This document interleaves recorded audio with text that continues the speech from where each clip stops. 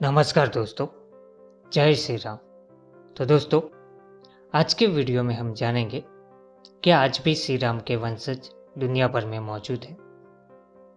अगर हाँ, तो वो कौन है, क्या है उनका तथ्य। तो हम सब राम के वंशज हैं। राम की वंशावली पर आज का एक अध्ययन। तो अयोध्या में राम मंदिर एक स्वयं सिद्ध मामला है, जिसे किसी सुनवाई की भी जरूरत नहीं है। मगर लोकतंत्र के अपने तकाजे हैं।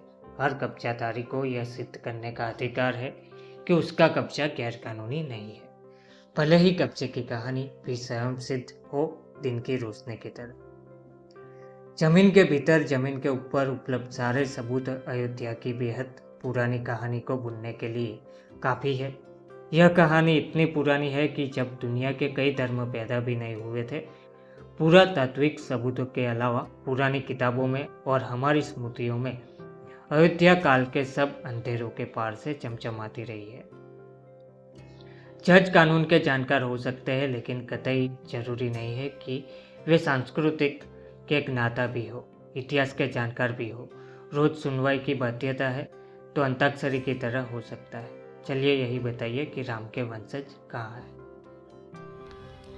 सवाल सब तरफ चल गया, कौन राम का वंशज है। तो जयपुर राजघराने में नक्शा और सबूत के साथ पेश कर दिया कि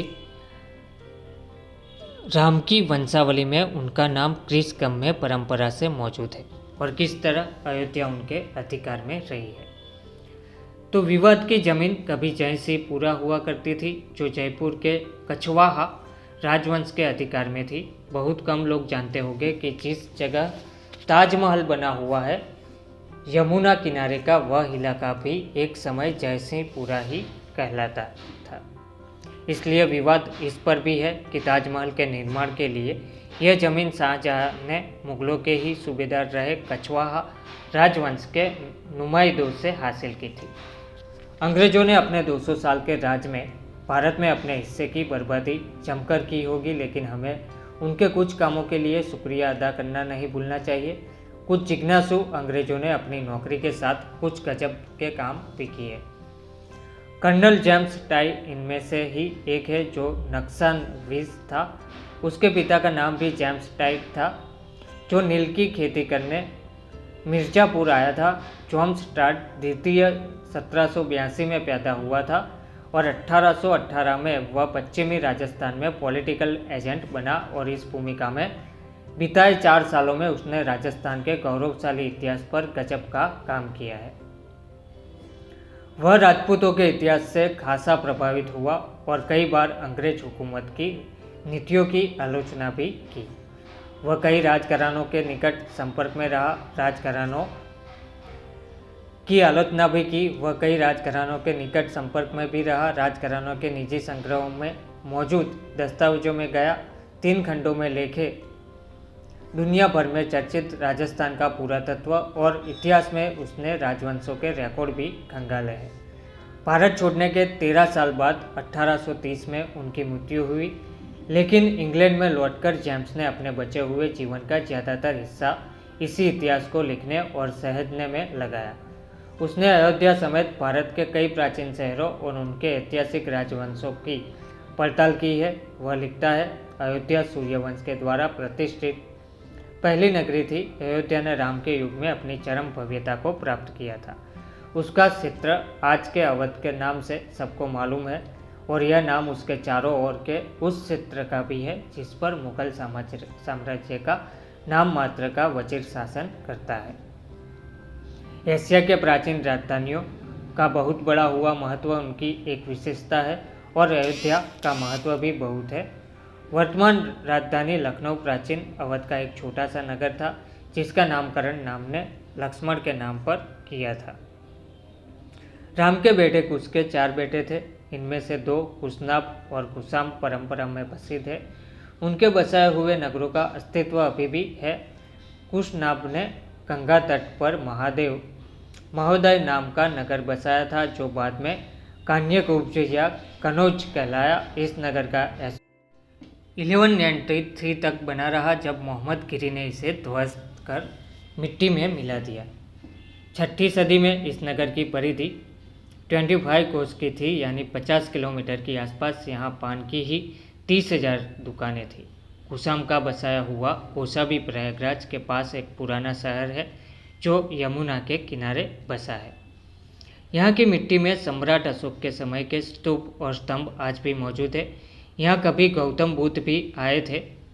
यमुना नदी के रास्ते होने वाले जल परिवहन के लिए कौशाम्बी के किनारों पर प्राचीन पोर्ट के अवशेष भी देखे हैं। राम के दूसरे 2 पुत्रों ने भी धर्मारण और वसुमती नाम की राजधानियाँ बसाई थी, लेकिन इनके बारे में अब बहुत ज्ञान रहा नहीं है। टाट ने राजस्थान के 36 राजकुलों की गहरी पड़ताल की है। टाट ने परमारों की 35 शाखाओं और सोलंकियों की 16 की सूचियाँ तैयार की है। वह उनकी वंशावलियों में गया है और उनके उद्गम से लेकर वर्तमान तक का जिक्र किया गया है। कछवाहों का जिक्र वह इन शब्दों में करता है। कछवाहा जाति का राम के द्वितीय पुत्र कुश से अवतरित हुई। वे कुशाहट है, जिस प्रकार मेवाड़ के राजपूत भारतवर्ष के लाइट्स है। 2 शाखाएं कौशल से आई। एक ने सोन नदी के तट पर रोहतास बसाया और दूसरे ने लाहौर में कुंवारी घाटियों में एक राज्य की स्थापना की। कुछ काल के उपरांत उन्होंने नरवर का किला बनवाया, जिसमें प्रसिद्ध राजा नल रहा करते थे। 10वीं सदी में इसी वंश की एक उपशाखा ने स्थानांतरित होकर आमेर बसाया।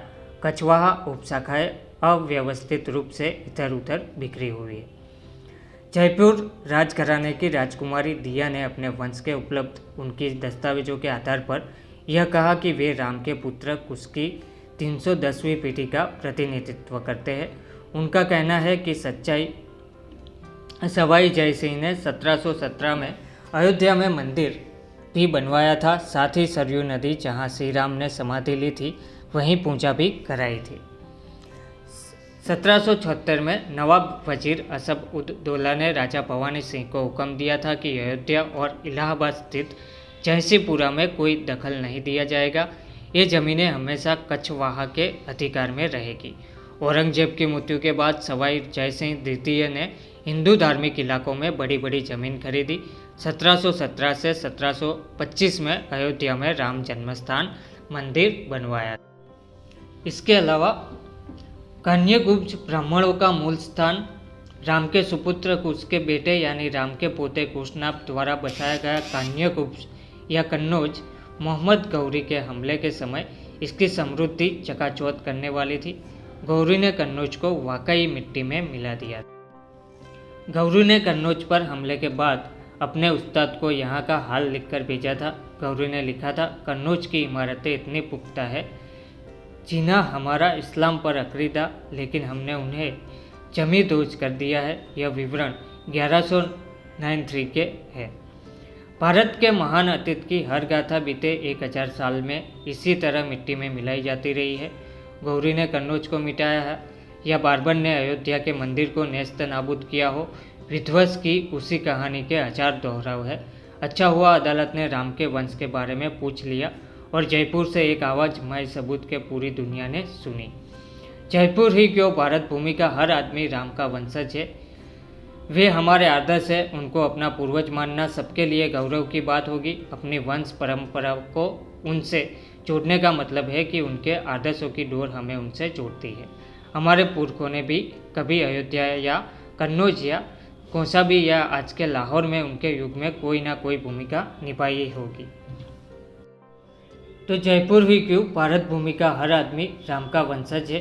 वे हमारे आदर्श है, उनको अपना पूर्वज मानना सबके लिए गौरव की बात होगी। अपनी वंश परंपरा को उनसे जोड़ने का मतलब है कि उनके आदर्शों की डोर हमें उनसे जोड़ती है। हमारे पुरखों ने भी कभी अयोध्या या कन्नौज का या कौशाम्बी या आज के लाहौर में उनके युग में कोई ना कोई भूमिका निभाई होगी। वही एक चीज़ हमें उनसे जोड़ने के लिए काफ़ी है। वे चाहे आज के जज हो या वकील, नेता हो या अफसर, इतिहासकार हो या पुरातत्वविद, भारत में हर एक के पुरखों की परंपरा राम से जुड़ी है। बाद के सदियों में वह भले ही उसने अपना नाम और धर्म बदल लिया हो, वह यहीं का है, राम उसी के है। यह बात दिन की रोशनी की तरह ही सच है। तो दोस्तों, इसी के साथ आप सबको मेरा जय श्री राम, जय श्री कृष्ण, धन्यवाद।